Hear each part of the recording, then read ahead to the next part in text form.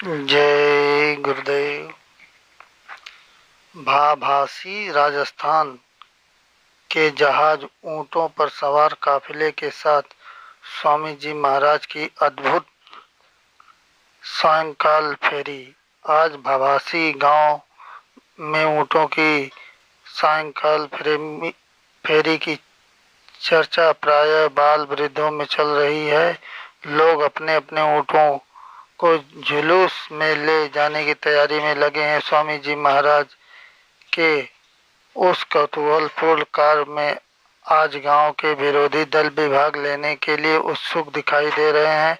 धन है सद्गुरु, किस जीव को किस तरह मोड़ा जाता है, इसका उज्जवल उदाहरण भाभासी के ऊंटों द्वारा सायंकाल फेरी में प्रतीत हो रहा है। ऊंटों पर भिन्न प्रकार से बनी हुई जीन काठियों की सजावट हो रही है। कोई कोई अपने ऊंटों के पैर में बने हुए घुंघरू इत्यादि सामानों से सजा रहे हैं।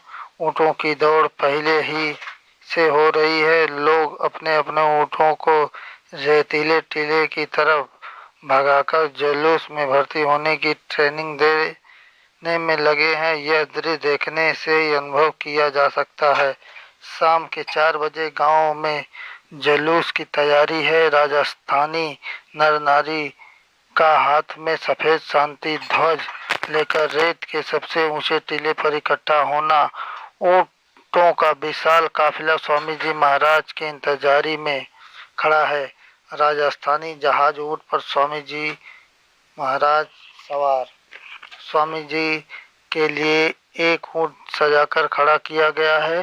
प्रभु के जुलूस में पहुंचते ही जय गुरुदेव के नारे से भव्य स्वागत किया गया। स्वामी जी महाराज एक विशाल ऊंट पर सवार हैं।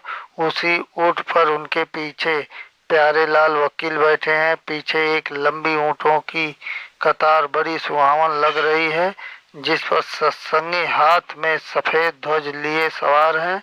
यह आश्चर्यजनक व अजीब दृश्य दिखाई दे रहा है। सत्संगी ऊंट पर सवार स्वामी जी की तरफ देखकर गर्व कर रहे हैं। ऊंट पर चढ़े हुए सबसे ऊंचे टीले पर स्वामी जी महाराज दिखाई दे रहे हैं।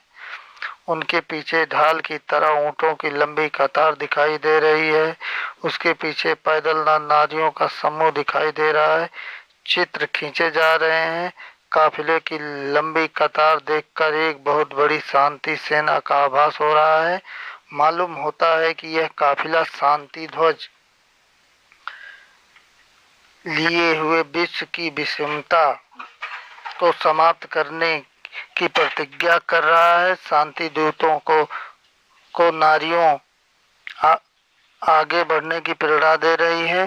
शांति के दूत, तुमको विश्व प्रांगण में उतरना है। अमर संदेश सदगुरु का तुम्हें चरितार्थ करना है। यह पंक्तियां मानो आज चरितार्थ हो रही हैं। ऊंटों की दौड़ हो रही है। गांव के सभी गलियों द्वारा दौड़ता हुआ ऊंट का काफिला गुजर रहा है। स्वामी जी महाराज बहुत ही प्रसन्न मुद्रा में ऊंटों के काफिले का चित्र ले रहे हैं।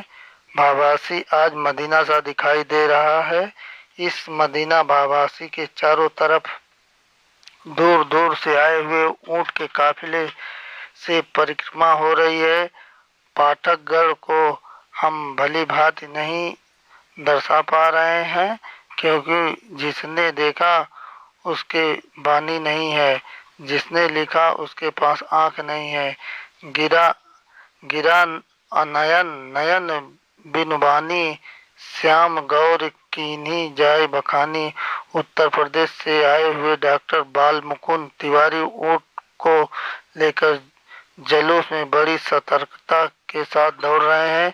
मालूम होता है कि राजस्थान के भाइयों के वातावरण में ही उनका पालन पोषण हुआ हो। स्वामी जी महाराज सत्संगियों के साथ सायंकाल फेरी में विचित्र लीलाओं को दर्शाते हुए इस विचित्र ऊंट के काफिले की सायंकाल फेरी का विसर्जन किया, जो कि जय गुरुदेव के तारीख में 16 अक्षरों में अंकित किया जाएगा।